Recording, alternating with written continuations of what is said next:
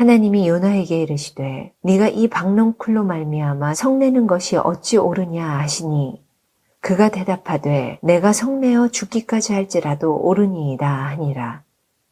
여호와께서 이르시되 네가 수고도 아니하였고 재배도 아니하였고 하룻밤에 났다가 하룻밤에 말라버린 이 박넝쿨을 아꼈거든.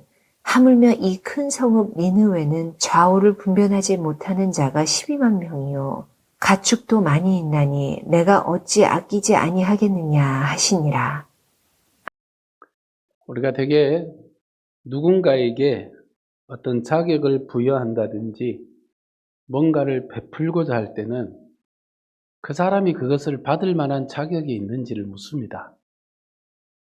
그런 걸 묻지도 않고 따지지도 않고 덜렁 어떤 그러한 자격이나 선물을 주게 된다면 때에 따라서 굉장히 어리석은 행동이 될 수도 있겠지요.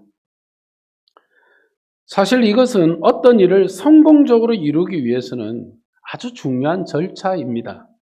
우리 주변에서 준비되지 않은 사람에게 막중한 자격을 맡겼는데 제대로 검증 절차를 거치지 않아서 그 주어진 힘으로 그가 그 힘을 사용할 때에 얼마나 나쁜 영향을 미칠 수 있는지 우리는 경험을 하게 됩니다.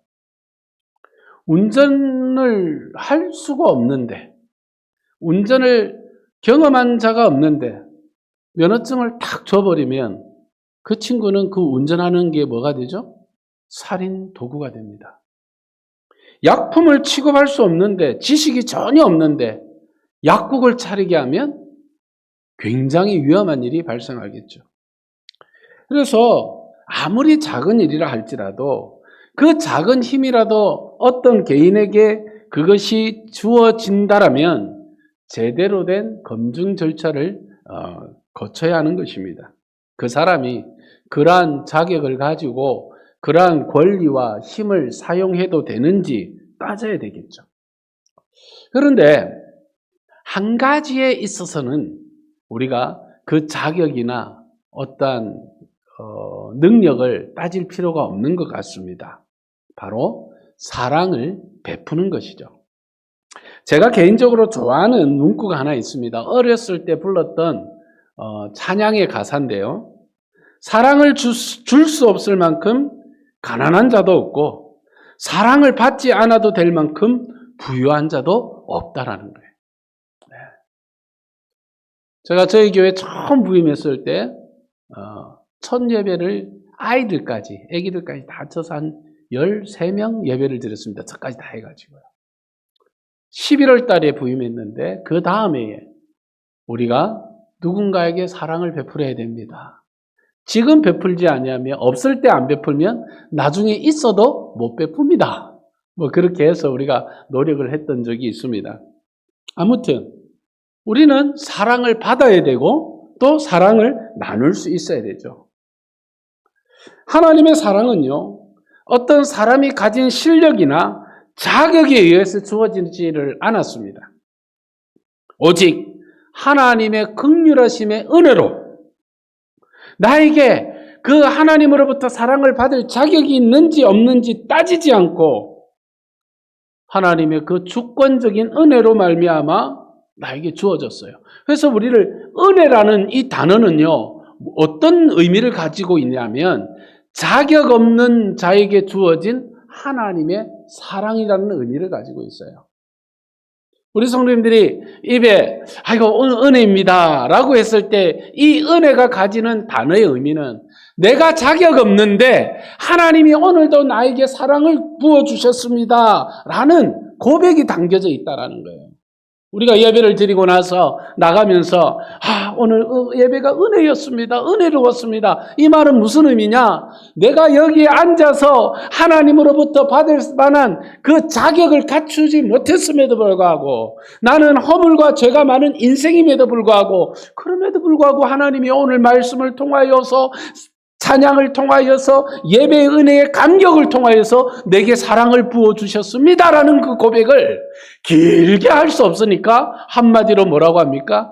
은혜 있었습니다. 그냥 내 마음속에 감정이 좀 짠했다. 이게 아닙니다. 감정이 짠하려면 뭐 보면 됩니까? 드라마 보시면 돼요. 그렇잖아요. 내 마음에 어떠한 짠한 감정을 원하면 좋은 영화 한 편 보시면 돼요. 그게 아니라고요. 우리에게 은혜라는 것은 내가 자격이 없는데 하나님이 나를 사랑해 주셨다라는 것을 깨닫는 거예요. 그러므로 오직 하나님의 주권적인 은혜로 나에게 자격 없음에도 불구하고 주어진 이 놀라운 은혜를 일컬어서 우리가 뭐라고 이야기하냐면 선물이라고 해요. 하나님의 선물이라. 하나님 내게 선물 주셨다. 주일은 왜 기쁜 날입니까? 하나님이 내게 선물 주시는. 물론 일상 속에서도 하나님이 내게 은혜의 선물을 주시지만은 특별히 이 주일은 우리가 그 은혜를 마음껏 경험하는 날이잖아요. 저는 개인적으로 주일을 제가 어떤 생각을 가지고 있냐면요. 종합 선물 세트를 받는 날이에요. 왜 그런지 아십니까? 저는 목사입니다. 그래서 입장이 교회에서 성도를 맞이하는 입장이에요.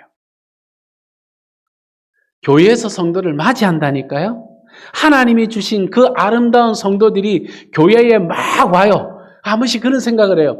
왜 우리 교회 이 먼 데까지 이 사람들이 오지? 장거리 교인들이 좀 많습니다. 3살, 4살 되신 우리 요즘은 할머니라면 좀 그런데 같은 교회에 손주가 있으니까 할머니 해도 되겠죠, 그죠? 그 할머니가 영천에서 100km를 운전을 해가 교회를 옵니다. 왜 오는지 모르겠어요. 그 옆에 교회가 있는데 100년이 넘은 좋은 교회가 있는데 와요. 저에게 선물이에요. 내가 그럴 만한 자격이 없는 목사인데 와요. 그리고 반가워해져요. 얼마나 좋습니까?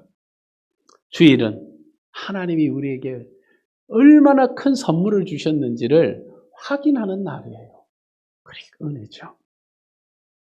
자, 하나님의 주권에 의해 택하심을 받아 입은 그 사랑, 그 무한하신 사랑을 입은 자는 자신이 어떤 사랑을 받았는지를 정확하게 알아야 됩니다. 내가 받은 사랑이 어떤 것인지요. 그리고 내가 받은 그 사랑을 나만 간직하는 것이 아니라 어떻게 해야 되죠? 나눌 수 있어야 돼요.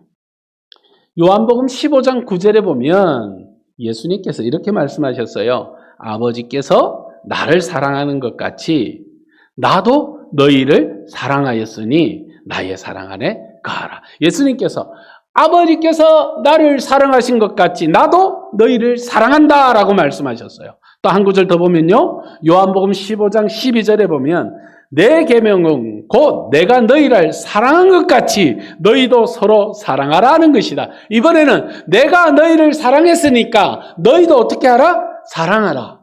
자, 하나님이 나를 사랑하신 것 같이 나도 너희를 사랑했고 내가 너희를 사랑한 것 같이 너희도 어떻게 해라? 사랑해라. 이 사랑이 이어지죠. 우리가 누구에게 사랑을 베풀어야 할 성도라는 것은 어떤 의미를 가지고 있냐면 내가 받은 사랑이 있다는 의미를 하는 거예요. 자, 내가 자녀를 사랑합니다. 내 자녀니까 사랑하지. 맞죠? 그런데 그 사랑을 우리가 전해야 되는 책임이 있어요. 내가 누구로부터 사랑받았죠? 아버지, 어머니로부터 사랑받았어요. 자녀를 낳아서 키워보니 내가 받은 사랑이 깨달아지더라고요. 네. 그러니까 선대로부터 물려받은 사랑을 내가 자녀에게 주어요. 하나님으로부터 받은 사랑을 내가 이웃과 믿음의 지체들에게 나누어요. 그러니 우리가 누구에게 사랑을 베푼다라는 것은 아주 중요한 전제가 하나 있는데 내가 어떤 사람이다? 사랑받은 존재다. 성도라는 신분을 가지고 살아가는 우리는 내가 아무런 자격이 없음에도 불구하고 하나님이 부어주시는 한없는 은혜와 사랑을 입었다라는 사실을 기억해야 됩니다. 자, 내가 사랑을 입은 존재인데 내가 그 사랑을 받을 자격이 있었다? 없었다라는 거예요. 하나님으로부터 받을 자격이 없는데 하나님으로부터 내가 사랑받았어요. 엄청난 사랑을 받았어요. 그러니까 우리가 사랑을 베풀어야 해요. 이 이야기를 예수님께서 1만 달란트 빚진 자의 비유를 통해서 우리에게 알려주고 있어요. 다 아시죠? 1만 달란트를 탕감받은 사람이 자신에게 100데나리오 빚진 사람을 용서하지 않아서 벌받은 이야기입니다. 그죠? 1만 달란트 하니까 이 달란트 개념이 우리에게 안 와요. 그래서 또 제가 굳이 찾아봤죠. 한 달란트가 제가 손에 끼고 이 금반지 번쩍번쩍하죠? 이게 어머니가 끼워놓고 주일마다 확인하는 거예요. 빼지를 못해요, 이거를. 그래서 제가 이걸 끼고 있어요. 이게 받을 때 한돈에 20만 원 정도 할 때 받았는데 요즘 보니까 54만 원이더라고요. 요새 한돈은 54만 원이더라고요. 요 손에 100만 원 있습니다, 지금. 누군가에게 언젠가는 줄 거예요, 저도. 자, 근데 한 돈에 54만 원인데 그러면 한 달란트가 몇 돈일까요? 찾아보니까요. 놀랐습니다, 저도. 5,440돈이에요. 한 달란트가. 전혀 안 놀라시네, 수준이. 그 정도야, 그죠? 5,440돈이. 곱하기 54만 원만 하니까 29억 3,760만 원이에요. 곱하기 1만 달란트니까 만을 곱하니까 29조 3,760만 원이에요. 29조. 조금 가격 오르면 30조입니다. 안 놀래요? 이게 무슨 의미일까요, 이거? 도저히 갚을 수 없는 빚이에요. 나의 능력으로는 감당 안 되는 빚이에요. 이것을 어떻게 했다고요? 탕감받았다. 없다, 퉁치다. 네가 안 갚아도 된다, 막. 이게 얼마나 놀라워요. 기분이 얼마나 좋을까요? 제가 저희 아내에게 만원 빚졌다가 여보 그거 안 줘도 돼요 하면 기분 굉장히 좋습니다. 만 원에도 기분 좋은 사람이에요. 근데 이 30조예요. 근데 이 사람이 집을 이제 그 탕감받고 나가다가 누굴 만납니까? 자기에게 100데나리온이에요. 그러면 이 데나리온이 하루 품삯이니까 좀 많이 쳐줍시다. 요즘 보니까 일당 14만 원, 13만 원짜리도 올라오던데 16만 원이라고 제가 참 후한 주인이에요. 했어요. 그러면 16만 원 곱하기 100 하면 얼마입니까? 1,600만 원이에요. 큰 돈입니까? 작은 돈입니까? 큰 돈이죠. 큰 돈이에요. 1,600만 원. 근데 뭐하고 비교해야 됩니까? 내가 탕감받은 거하고 비교해야 돼요. 내가 지금 30조를 탕감받았는데 1,600만 원 안 갚는 사람 멱살을 잡고 감옥에 넣었어요. 이게 된다 안 된다? 안 된다라는 거예요. 너는 은혜를 모른다. 네가 받은 사랑을 모른다라는 거예요. 그래서 마태복음 18장 32절에서 35절 보면 이렇게 이야기해요, 주인이. 이에 주인이 그를 불러다가 말하되 악한 종아, 악하다라고 말하고 있어요. 내가 빌기에 내가 내 빚을 전부 탕감하여 주었거늘 내가 너를 불쌍히 여김과 같이 너도 내 동료를 불쌍히 여김이 마땅하지 아니하냐 하고. 자, 뭐 하는 것이 마땅하다? 불쌍히 여기는 게 마땅하다.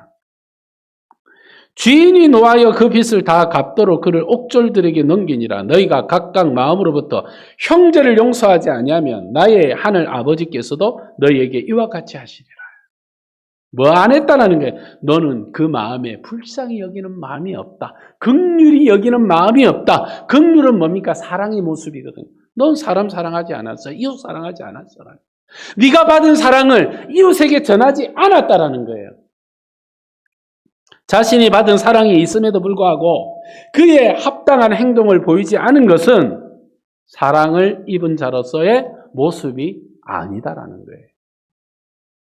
교회가 얼마나 크냐, 모이는 사람이 얼마나 많으냐의 문제가 아닙니다. 아무리 작은 교회라도 내가 받은 사랑이 있어요.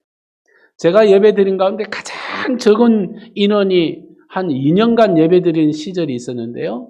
저와 한 사람, 두 사람이 2년간 예배드렸어요. 너무 싫었어요, 그 시간이. 설교할 사람이 없으니까 외부에서 보내준 목사님 설교 틀어놓고 테이프 틀어놓고 듣고 그렇게 찬송 부르고 기도하고 마쳤어요. 그런데 지금 와서 생각하면 그것도 하나님의 사랑이었어요. 얼마나 감사했는지. 지금은요, 그때가 너무나 좋은 시절이 되었어요. 제 마음속에. 그때도 하나님이 우리에게 부어주시는 사랑이 있더라는 거예요.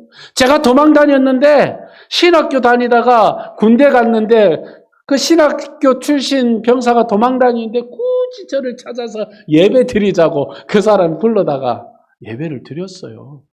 하나님 사랑이죠. 그런데, 자, 여기까지 이야기는 뭡니까? 우리가 받은 사랑이 있으니 우리가 사랑하는 것이 당연하다. 내가 자격이 없음에도 불구하고 주어진 사랑이 있으니 누군가에게 사랑을 베풀 때 뭐 따지지 말자? 사랑 따지요. 자격 따지지 말자. 그 사람이 사랑받을 수 있는가 없는가. 교회에서 꼭 구제하자고 누구를 이야기하면 그 사람 안 도와줘도 되는데 자격이 없는데 따지지 말라는 거예요. 필요하면 도와주라는 거예요.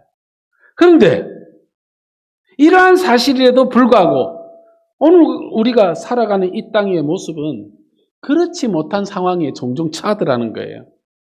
예수님의 말씀에 순종하려고 하지만 도저히 내가 사랑할 수 없는 대상을 만나기도 합니다. 와, 그 사람 사랑하는 건 이거는 숙제가 아니라 운명이 걸린 문제일 때가 있습니다. 그 사람이 정말 사랑받을 자격이 있는가? 그런 도움을, 그런 위로를 받을 자격이 있는가? 묻지 않을 수 없는 상황에 처하기도 하더라는 거예요. 그래서 우리가 예수님의 이 엄중한 명령에도 불구하고 세상 속에서 어떤 상황에 처했을 때에 주께서 내게 주신 사랑을 전달하는데 뭐 하기도 합니까? 갈등하기도 한다라는, 그게 우리의 현실이에요. 고민 많이 합니다.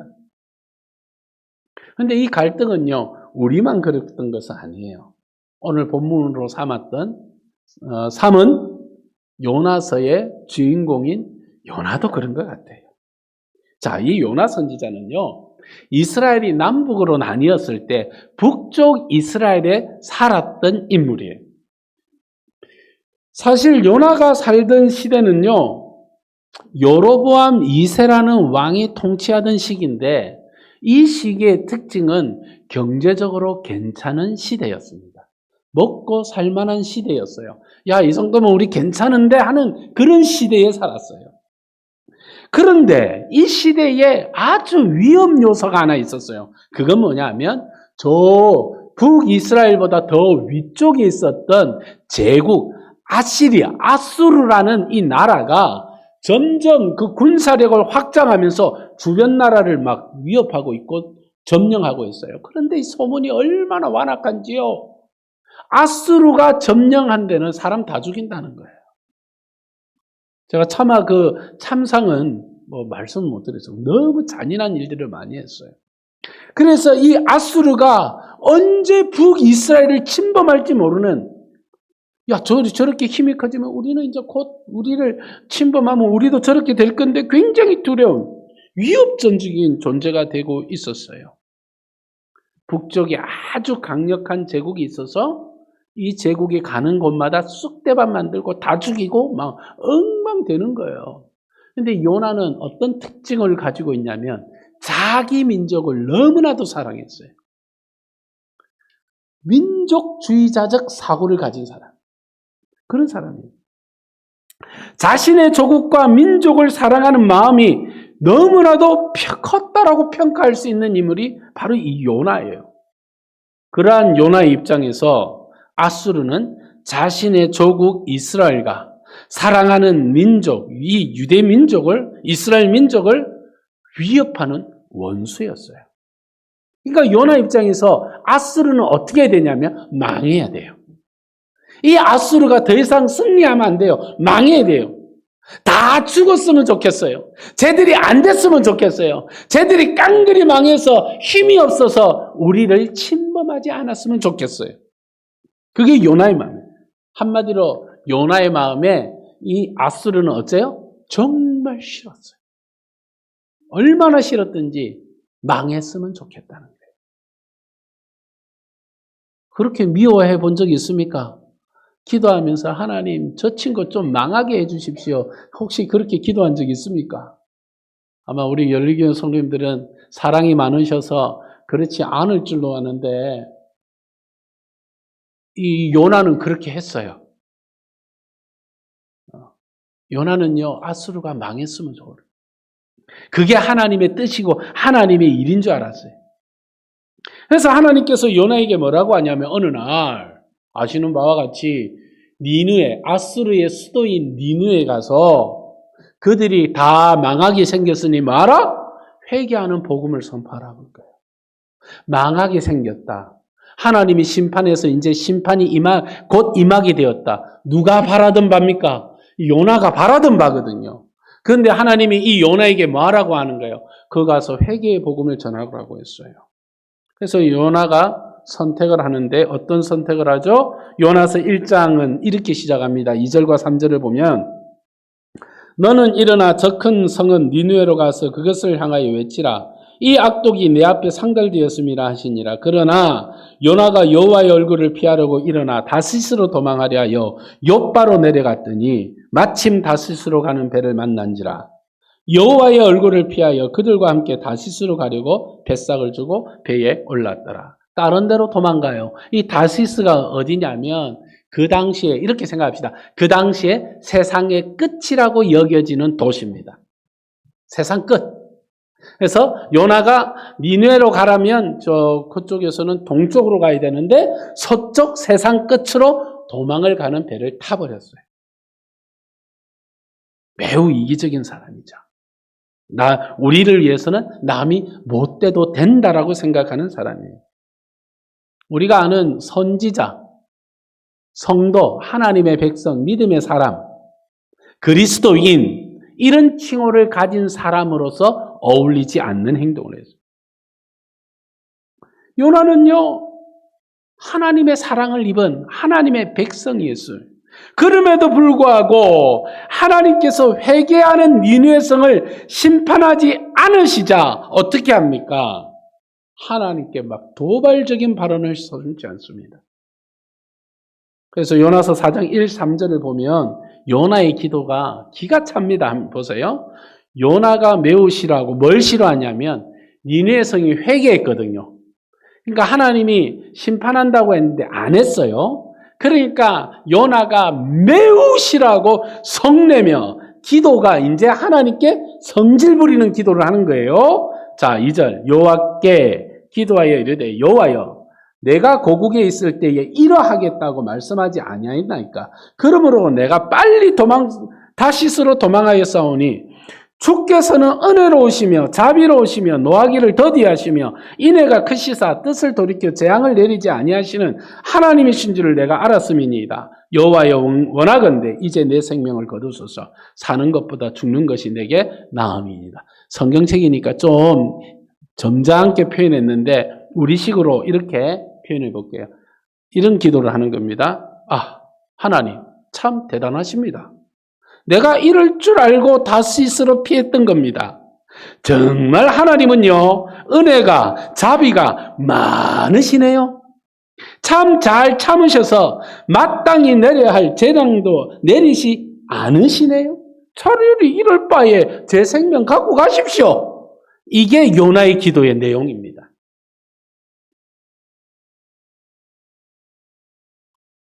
어느 날 제가 강단에 서서 이렇게 기도하면 우리 성도님들이 참으시겠습니까? 참으면 안 되죠. 목사님 그 기도 틀렸습니다라고 막 이런 얘기죠. 그런데 지금 선지자 요나가 이런 기도를 하는 거예요. 선지자라는 사람이 하나님 앞에서 니느웨 성 사람들의 생명을 거두지 않으셨다라고 내 생명 가져가라고 기도하고 있는 거예요. 아마 제가 알기로는 선지자가 하나님을 향해 매우 싫어하고 성을 냈다는 표현이 이 요나밖에 없는 것 같아요. 자, 요나의 모습 속에서 우리 성도님들 사랑받은 자의 모습이 발견됩니까? 안 됩니까? 없는 거예요. 신앙인인데 하나님의 백성인데 하나님으로부터 받은 그 사랑받은 자의 모습이 보여지지 않는 거예요. 그런데 하나님이 요나에게 이 화를 내는 요나이를 나무라고 책망하시고 막 뭐라 하는 게 아니고요. 한 가지 질문을 하세요. 그게 요나서 4장 4절인데요. 자, 여호와께서 이르시되 내가 성내는 것이 옳으냐? 요나에게 말씀하십니다. 너 화내는 거 옳은가 한번 생각해봐. 하나님은 요나의 말대로 은혜로우시며 자비로우시며 노하기를 더디하시는데 누구에게도 그렇게 하고 계세요 지금? 요나에게도 그렇게 하고 계세요. 요나에게 하나님께서 지금 은혜로우시고 자비로우시고 노하기를 더디하셔서 요나가 그렇게 싫어함에도 불구하고 요나에게 여전히 사랑을 베풀고 계시는 겁니다. 그리고 요나가 깨달아야 할 하나님의 사랑을 가르쳐주고 계세요. 그 사랑의 이벤트가 이제 펼쳐집니다. 요즘 젊은 사람들이 이 사랑의 이벤트 안 하면 집에서 쫓겨나는데, 요즘은 좀 그런 시대가 됐습니다. 그죠? 짜잔! 이런 거 해야 돼요. 근데 하나님이 이 요나를 향해 사랑의 이벤트를 준비하시는데 그 도구가 매개체가 뭐냐면 박넝쿨이에요. 요나서 4장 5절에 보니까 요나가 성읍에서 나가서 그 성읍 동쪽에 앉아 거기서 자기를 위하여 초막을 짓고 그 성읍에 무슨 일이 일어나는가를 보려고 그 그늘 아래 앉았더라. 지금 요나가 뭐 하고 있는 거예요? 이놈의 니느웨 성 망하나 안 망하나 보자 이렇게 앉아 있는 거예요. 하나님께 하나님 참 잘 참으시네요. 사랑 많으시네요. 내 생명 갖고 가시죠 하고 니느웨 성이 죽나 내가 죽나 지금 그거 보고 있는 거예요. 요나가. 자, 이 요나의 모습 세 가지로 분류되는데요. 니느웨 사람들이 잘못되기를 바라는 요나입니다, 지금. 그리고 니느웨 사람들이 혹시 하나님의 심판을 피해갈지 몰라 불안해하고 있어요. 또 마지막으로 니느웨 사람들이 얼마나 잘 되는지 한번 보자. 이 못된 심보를 가지고 있는 니 잘 되나 한번 보자. 아무튼 요나서 4장 5절에서 보여주는 요나의 모습은요. 하나님의 사랑을 입은 자로서는 바람직하지 않는 모습이에요. 그런데 여기가 어디입니까? 태양빛이 장렬하는 데예요. 그래서 하나님이 작은 이벤트를 하시는데 뭘 하시냐면 박넝쿨을 주시게 하신 거예요. 그에게 하나님께서 사랑을 베푸시는 거예요. 그 장렬한 태양 아래 남 잘되는 꼴이 보기 싫어 앉아있는 요나에게 하루 만에 자란 박넝쿨이 제공하는 그늘은 너무나도 좋았던 모양이에요. 아마 큰 쉼과 위로가 되었던 모양입니다. 그래서 정말 좋아합니다. 얼마나 좋아했든지 이 박넝쿨이 없어졌을 때의 요나의 반응을 보면 압니다. 자, 요나서 4장 7, 8절에 하나님이 벌레를 예비하사 이튿날 새벽에 그 박넝쿨을 갉아먹게 하심에 시드니라. 해가 뜰 때에 하나님이 뜨거운 동풍을 예비하셨고 해는 요나의 머리에 쪼임에 요나가 혼미하여 스스로 죽기를 구하여 이르되 사는 것보다 죽는 것이 내게 나으니라. 좀 요나가 극단적인 사람이긴 한 것 같아요. 또 죽겠다 소리 나옵니다. 뭐 때문에요? 이 그늘 없어졌다고요. 그냥 싫어하는 정도가 아니라 하나님 줬다 뺐을 거면 뭐 때문에 줍니까? 이거예요 지금 반응이. 내가 차라리 죽는 게 낫겠다고.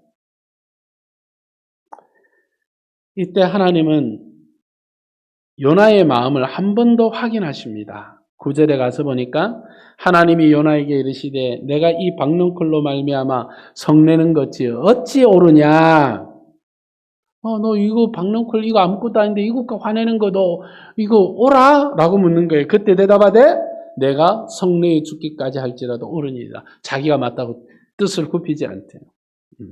이때 하나님이 이렇게 말씀하십니다. 10절과 11절을 우리 같이 한번 천천히 읽어보겠습니다. 두 절 말씀 같이 한번 읽어보겠습니다. 시작.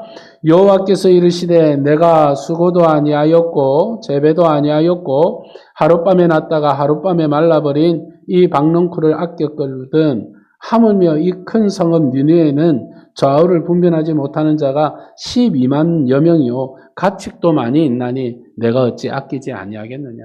너 박농쿨 아끼는데 이 생명들 내가 아끼는 게 옳은 일 아니냐, 무엇이 옳으냐라고 묻고 계시는 거죠. 하나님은 요나에게 사랑을 가르쳐 주셨어요. 자격 없는 요나에게 사랑을 베풀어 주셨어요. 자격 없는 요나를 일꾼으로 부르셨고 사명을 주셨고 바다에 던졌었을 때와 물고기 뱃속에 들어갔을 때 죽음의 위기에서 살려주셨습니다. 그리고 또 보잘것없는 인생을 위해 박능쿨도 준비해 주실 거예요. 무엇 하나 요나가 받을 만한 자격이 있어서 받은 것이 없더라는 거예요. 무엇 하나 받을 자격이 없음에도 불구하고 하나님이 친히 요나를 위해 준비해 주셨다라는 거예요. 그리고 요나가 받은 사랑대로 사랑받을 자격 없는 니느웨를 향해 자신이 받은 사랑을 전달하라고 요구하시는 거예요. 우리도 생각해 보세요. 지나온 나의 삶 속에 얼마나 많은 일들이 있었습니까? 얼마나 많은 역사들이 있었습니까? 그 역사 속에서 하나님이 나를 지키시고 보호하시고 은혜 가운데 여기까지 이끄셨어요.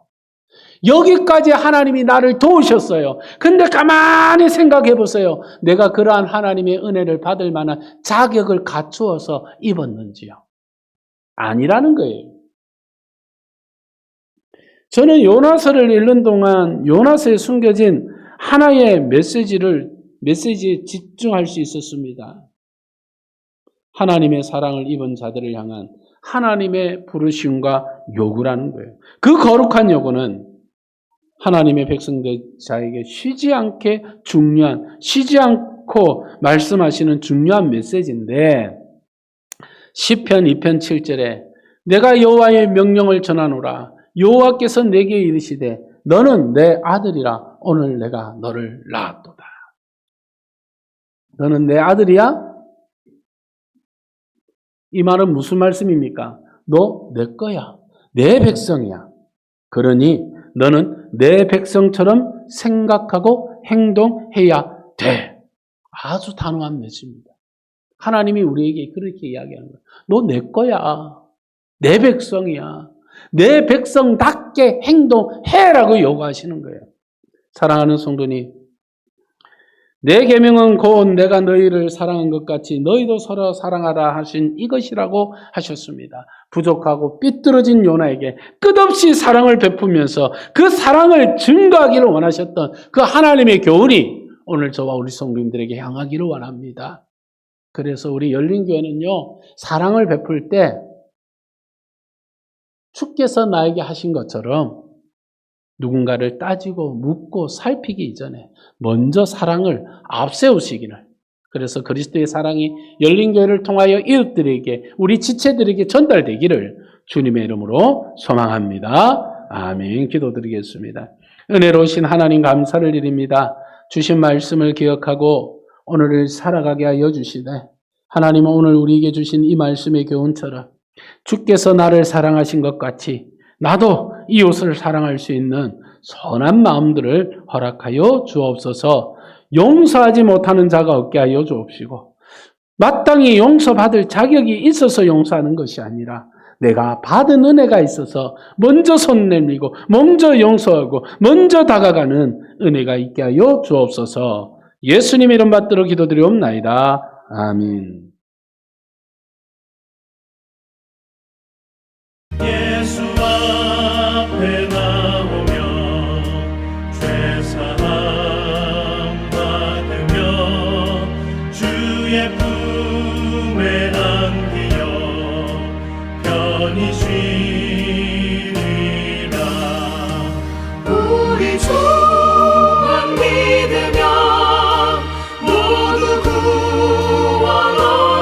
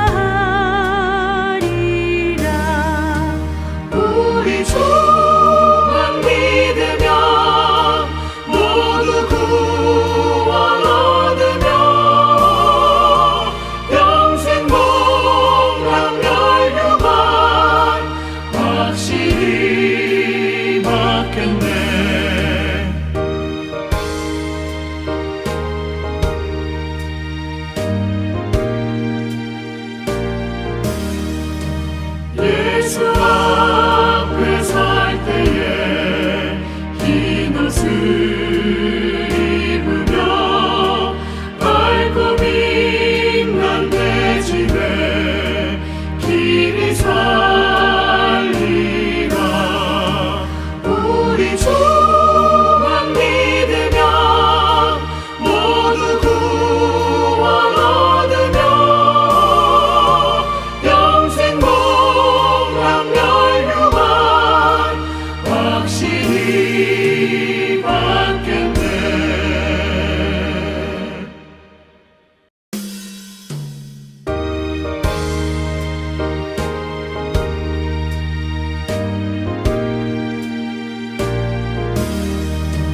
예수 앞에 나오며 죄사함 받으며 주의 품에 안기어 편히 쉬리라. 우리 주만 믿으면 모두 구원 얻으며 영생 복락 멸류관 확실히 받겠네. 예수 앞에 나와서 은총을 받으며 마음의 기쁨 넘치어 감사하리라.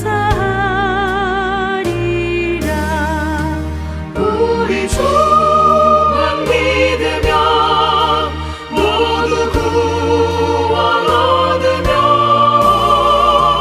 영생 복락 멸류관 확실히 받겠네.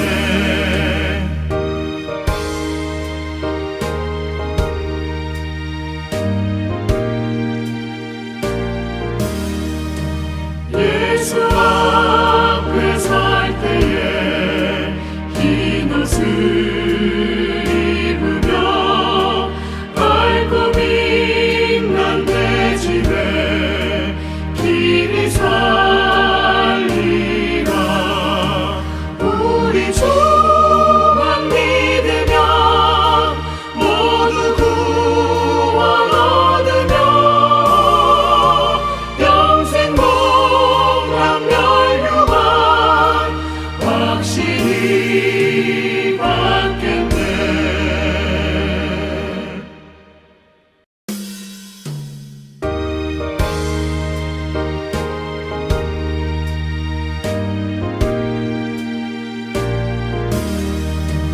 예수 앞에 나오며 죄사함 받으며 주의 품에 안기어 편히 쉬리라. 우리 주만 믿으면 모두 구원 얻으며 영생 복락 멸류관 확실히 받겠네. 예수 앞에 나와서 은총을 받으며 마음의 기쁨 넘치어 감사하리라. 우리 주만 믿으면 모두 구원 얻으며 영생 복락 멸류관 확실히 받겠네.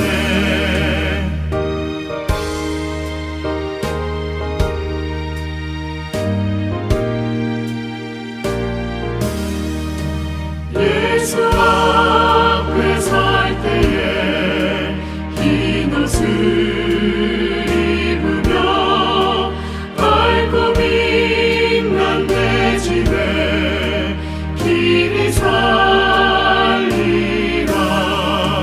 우리 주만 믿으면 모두 구원 얻으며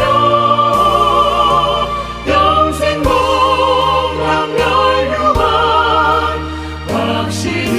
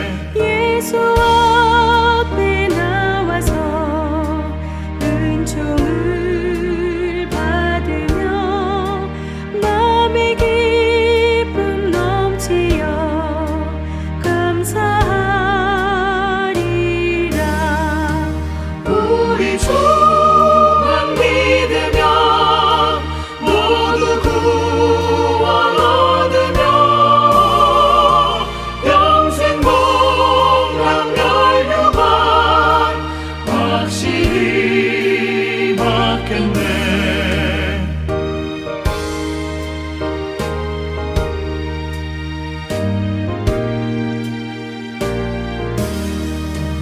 예수 앞에 설 때에 흰 옷을 입으며 밝고 빛난 내 집에 길이 사